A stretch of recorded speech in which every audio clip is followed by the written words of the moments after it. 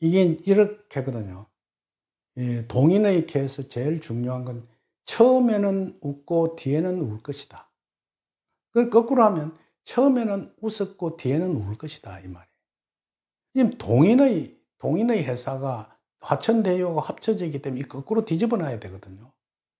예를 저 사람들은 경기가 돌아와서 집값이 폭등을 해서 1,000억도 안 남는 걸 갖다가 4천억, 5천억 남는다고 떠버리고 처음에는 웃어대다가 뒤에는 이 시끄러운 일을 당하고 난 후에 돈 냄새를 맡고 난 후에 그 구역질을 해야 되는 울음소리가 끊이지 않을 것이다 하는 게 천하동인의 이야기예요.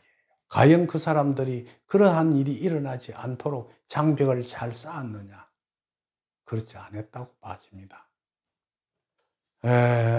역경은 이렇게 설명하고 있습니다. 지금 현재 대선의 전국입니다. 그래서 저는 주역학자로서 절대로 그 판에 끼어들 생각은 전혀 없습니다.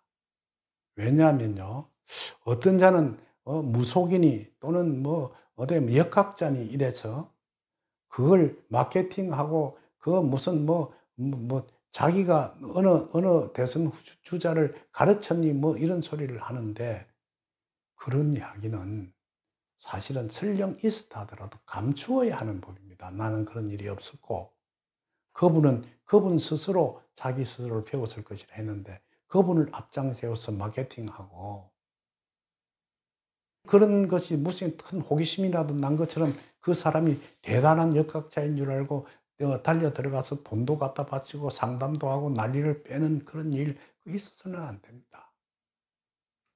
저는 평생을 주역을 공부하고 이때까지 살아왔지만 맨 마지막 장르는 내가 알고 있는 역경의 신비한 맛을 우리 연구원을 통해서 가르쳐 주기 위해서 부산에서 노구를, 나이 같은 이 몸을 이끌고 서울에 올라와서 주역 연구원을 개설해서 지금 약 35명 정도가 광화문에서 일기를 하고 있는데 지금 코로나로 인해서 잠시 중단하고 있습니다.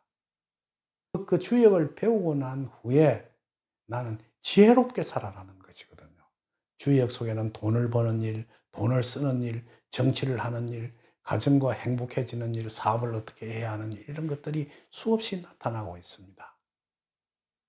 부디 내가 부탁하고 싶은 것은 역경을 조금 알았다고 해서 그걸 가지고 무엇인가 세상을 혼돈하게 만들고 혹세무민하는 일은 있어서는 안 되는 법이거든요. 절대 그런 일은 있어서는 안 됩니다. 우리는요, 역경은 이렇게 설명을 합니다. 그 사람에게 기운이 왔다 하더라도 그걸 발설하는 순간 그 기운은 깨어져 버리느니라 이랬단 말이에요.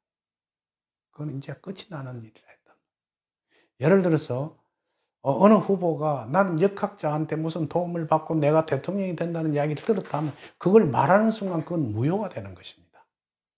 설령 그런 소리를 들었다 하더라도 심중에 깊이 감추고 그건 없은 걸로 하고 자기의 일에 국민들을 위해서 열심히 봉사할 수 있는 길을 찾아주는 것이 훌륭한 후보라고 생각됩니다.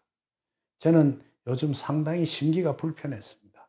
무슨 대선 전국에 점술, 역학자, 이런 사람들이 나타나서 동양사상의 최고봉인 주역의 이야기를 혼미시키는 일에 굉장히 저는 불쾌했고 슬프기도 했습니다.